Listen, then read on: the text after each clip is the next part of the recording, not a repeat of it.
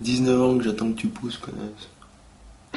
Quand t'es jeune et que tu viens de passer un an assis sur une chaise à écouter un prof parler, t'as envie de partir en vacances, te changer les idées et penser à autre chose, te faire bronzer le fessier. Mais les vacances au soleil, ça coûte cher, et puis généralement, étudiant rime avec fauché. Ou ruiné.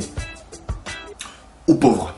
Alors pour payer ton voyage, tu vas être obligé de te trouver un petit job d'été, en passant obligatoirement par la case entretien d'embauche. Mais avant toute chose, tu dois te préparer ton CV et ta lettre de motivation. Alors tu vas te rendre au photomaton pour faire tes plus belles photos. Et donc une fois que tu as tes photos en main, tu vas t'attaquer à ton CV et à ta lettre de motivation. Et c'est là que tu vas te rendre compte de deux choses. Que d'une, t'as rien à mettre sur ton CV étant donné que t'as pas fait grand chose de ta vie, et que du coup t'essaies de le remplir avec des choses inutiles, bien merdiques et complètement fausses. Ouais, je suis un grand fan de balades en forêt, de lecture, de randonnée, tout ça. Je pratique le tuning à haut niveau et je fais souvent du babysitting, ouais. Enfin, quelques fois. Enfin, une fois, quoi. Enfin, j'ai failli en faire. Et la deuxième, c'est qu'en écrivant ta lettre de motivation, tu vas te rendre compte que t'es vachement doué pour faire croire que t'es vraiment intéressé par le boulot en question.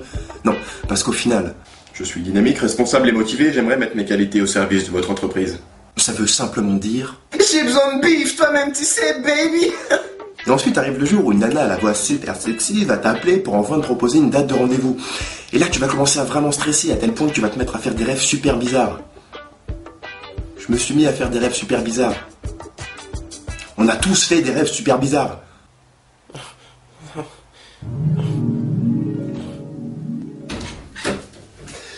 Pardon, excusez-moi, j'étais persuadé d'avoir oublié quelque chose, mais oh non.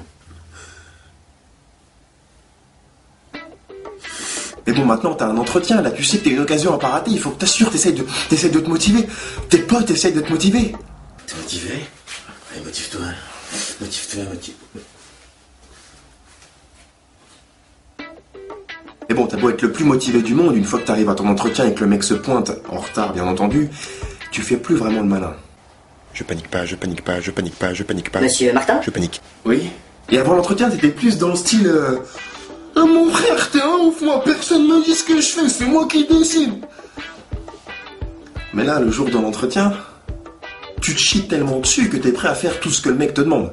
Alors pour ce boulot, vous devrez laver les carreaux, tondre le gazon et occasionnellement me raser les poils du cul. Ouais, bien sûr, pas de soucis, pas de soucis. Et là, généralement, il y a deux questions que le mec va te poser et qui reviennent assez souvent. Quelles sont vos prétentions de salaire et pourquoi vous et pas un autre? Est-ce qu'il y a déjà quelqu'un qui a répondu honnêtement à ces deux questions? 60 000 € parce que j'ai du swag, baby. Yeah. Et là, le moment que tu attendais tant arrive enfin, le mec te tend le contrat. Et tu te rappelles un peu des conseils de ta mère qui disait de bien tout lire et bien tout comprendre avant de signer le contrat. Sauf qu'au final, tu signes sans en avoir compris la moitié.